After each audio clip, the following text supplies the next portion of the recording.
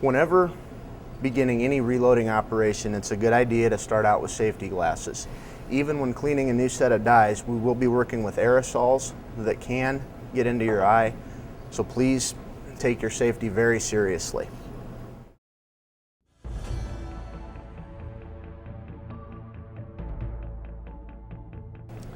First step is to change out the shuttle. A simple way to do that is to raise the ram, the shell head, and the shell plate, grab the spring with your left hand, take the tension off, remove the large shuttle, reinstall the small shuttle, slip the shuttle in, hook the spring back on, make sure it's in the groove. The next thing to do is the primer ram. We've got a large primer ram. If you'll notice, when the small primer shuttle comes down, the ram will not come up into or through the hole in the shuttle. So the next thing we're going to do is change out the primer ram.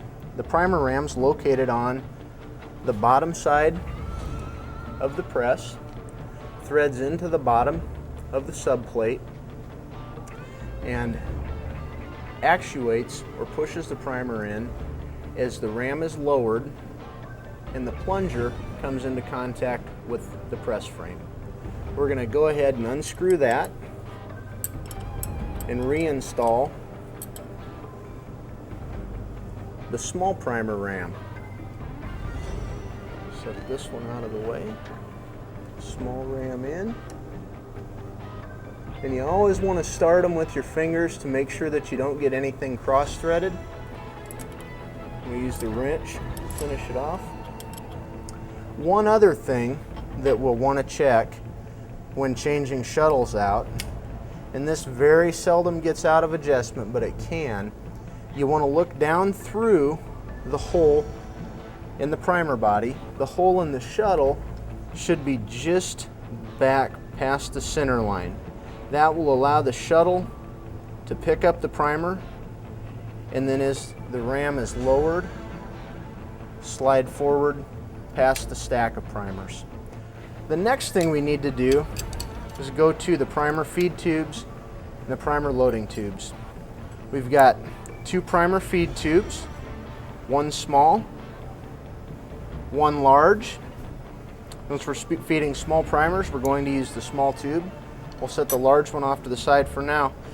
Now also you can see that there's a shoulder turned on one end and not the other. The end of the primer feed tube with the shoulder goes into the primer body, and you'll feel it drop in.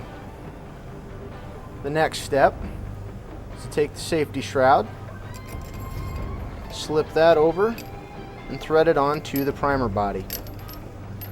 And then finally, this plastic bushing slips over, and you can see that it's got 3 feet that will slip inside the large tube, and it goes outside the primer feed tube.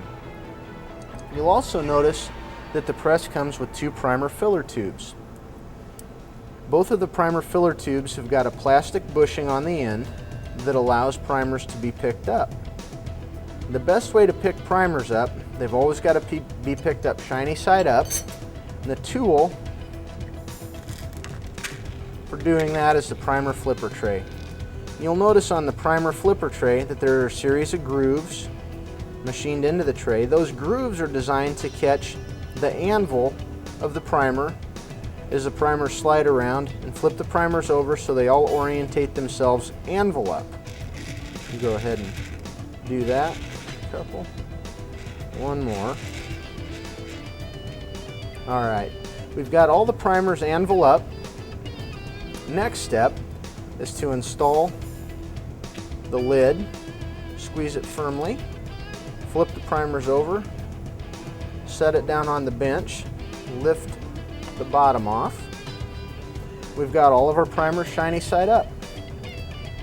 Then we'll take the primer fill tube, place it over the top of place the plastic bushing over the top of the primer, and push down. And this will fill the primer filler tube. Once we've got some primers in the primer filler tube, we're going to flip the tube over and come over and set it on top of the primer feed tube. The next thing we'll do is to take the cotter key, which is holding the primers back in this portion of the tube. We'll pull the cotter key. The primers will slide down into the primer feed tube. And now we want to look down here at the shuttle. We're going to raise the handle. Shuttle should pick up a primer. Press comes around and indexes. You can see the primer comes up in position to be placed in the primer pocket of the cartridge case. That's all there is to the primer system and primer system changeover.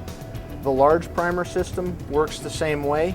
The only parts that you need to change when you switch over from one primer, from a small primer to a large primer or vice versa, is the shuttle, the primer ram, and the primer feed tube. All of the other parts are common, the spring, the primer body, everything else stays the same. You just change those parts and you're back up and running. Nothing to it.